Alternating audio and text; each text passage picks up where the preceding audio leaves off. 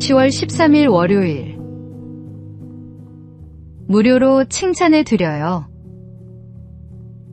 미국 일리노이주에 사는 9살 이선 와고가 매일 아침 자신의 집 앞에 무료로 칭찬해 드려요라고 쓰인 팻말을 펴놓고 사람들이 지나가기를 기다립니다.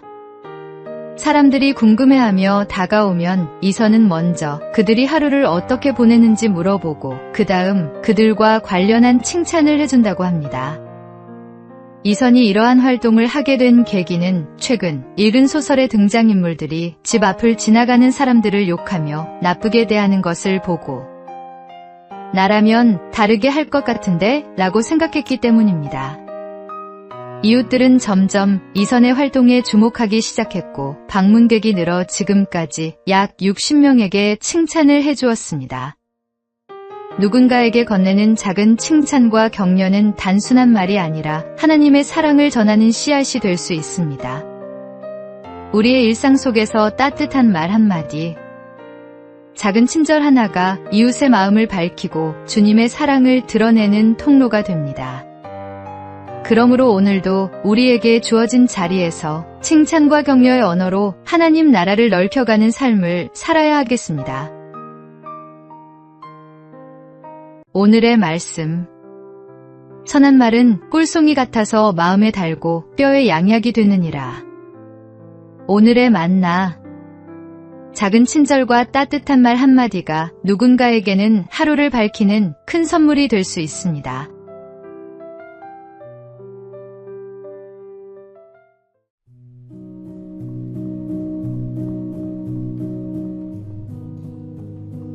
(10월 14일) 화요일. 생각하는 시간. 어느 연구소 소장이 늦은 밤 실험실을 둘러보고 있었습니다. 그런데 한 학생이 여전히 실험에 몰두해 있었습니다.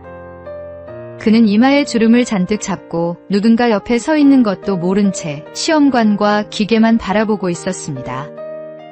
소장이 일부러 하고 헛기침을 하자 그제야 학생은 고개를 들었습니다. 자네, 오전에는 무엇을 했나? 실험했습니다. 그럼 오후에는? 역시 실험했습니다. 저녁은? 마찬가지로 실험했습니다. 소장은 잠시 그를 바라보다가 목소리를 조금 높여 말했습니다. 좋네. 하지만 그렇다면 자네는 언제 생각을 하나? 행동만 있고 생각이 없는 삶은 결국 많은 후회를 남깁니다. 그러나 깊이 생각한 뒤 이루어지는 행동은 균형과 지혜가 있습니다. 신앙의 길도 마찬가지입니다.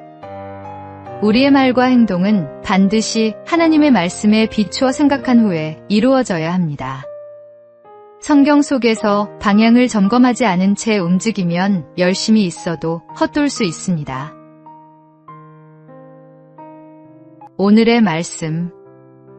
이 모든 일에 전심전력하여 너의 성숙함을 모든 사람에게 나타나게 하라. 오늘의 만나. 바쁜 일상 속에서도 잠시 멈추어 말씀 안에서 생각을 정리하는 지혜로운 삶을 살아가십시오.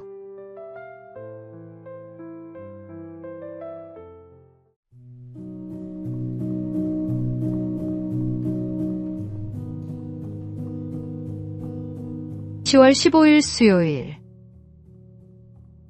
정적을 치료한 명의.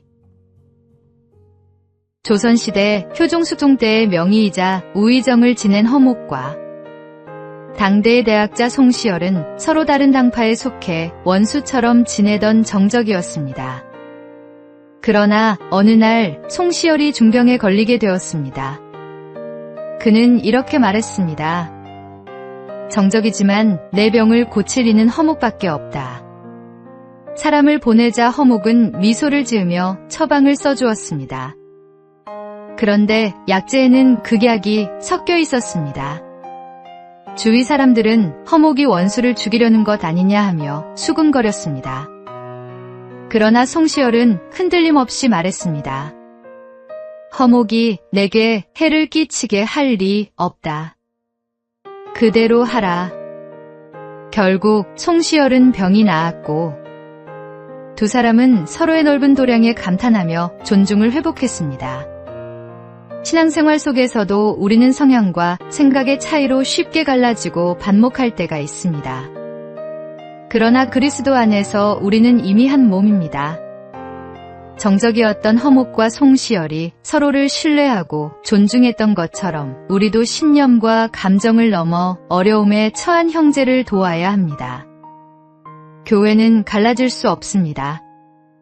하나님 안에서 우리는 한 지체요, 한 가족입니다. 오늘의 말씀.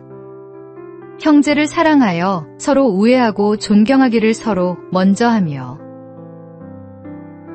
오늘의 만나.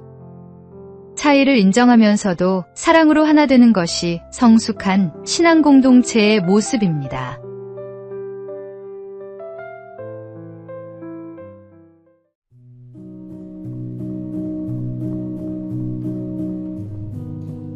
(10월 16일) 목요일. 아이의 눈에 비친 결혼. 어느 결혼식이 있었습니다. 추가객들 앞에서 서 있는 신랑과 신부는 더없이 행복해 보였습니다. 예식이 끝나고 신혼여행을 떠나는 두 사람을 향해 하객들도 환하게 웃으며 축복을 보냈습니다. 그때 사람들 사이에 있던 한 꼬마 아이가 엄마에게 속삭였습니다. 엄마, 결혼이 뭐예요? 엄마는 웃으며 대답했습니다. 결혼은 남자와 여자가 서로 사랑해서 함께 살기로 약속하는 거란다. 결혼하면 싸우지 않고 서로 이해하고 잘못을 감싸주고 힘든 일도 나누며 도와주는 거야. 그러자 아이가 진지하게 말했습니다. 그러면 엄마 아빠는 아직 결혼 안 했나 봐요. 거짓을 모르는 아이의 눈은 있는 그대로를 비춥니다. 아이의 눈에 비친 부모의 모습이 바로 진짜 결혼 생활의 증거입니다. 사랑과 이해, 용서와 섬김이 없는 결혼은 이름뿐인 결혼일 수 있습니다. 아이들의 눈에도 부끄럽지 않은 가정. 주님 앞에 진실한 부부의 삶을 살아가는 것이 참된 결혼입니다. 오늘의 말씀. 너희도 각각 자기의 아내 사랑하기를 자신같이 하고 아내도 자기 남편을 존경하라.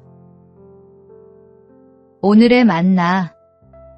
자녀들이 보고 배울 수 있는 진정한 사랑의 모델이 되는 가정을 세워가시기 바랍니다.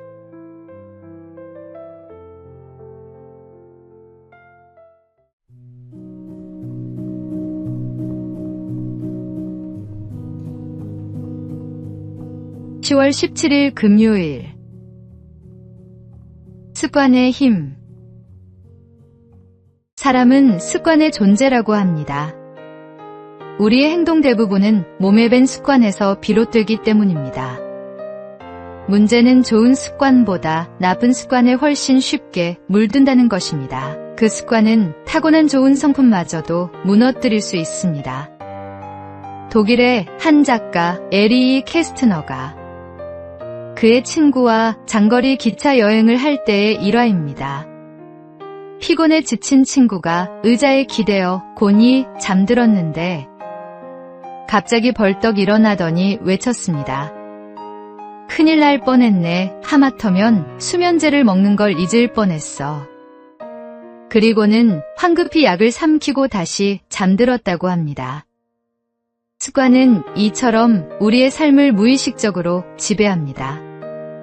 손찌검하는 습관, 거친 언어를 사용하는 습관, 남을 쉽게 판단하는 습관은 자신뿐 아니라 주변까지도 상처 입힙니다. 반대로 선한 습관은 우리의 삶을 세우고 다른 이들에게 생명을 불어넣습니다.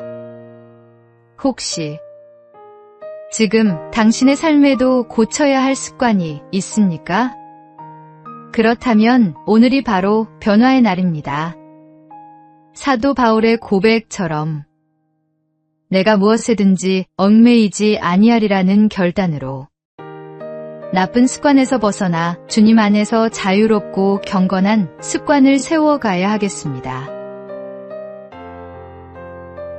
오늘의 말씀. 모든 것이 내게 가하나 다 유익한 것이 아니요. 모든 것이 내게 가하나 내가 무엇에든지 얽매이지 아니하리라. 오늘의 만나. 나쁜 습관을 선한 습관으로 바꾸려는 결단 뒤에 하나님의 놀라운 복이 기다리고 있습니다.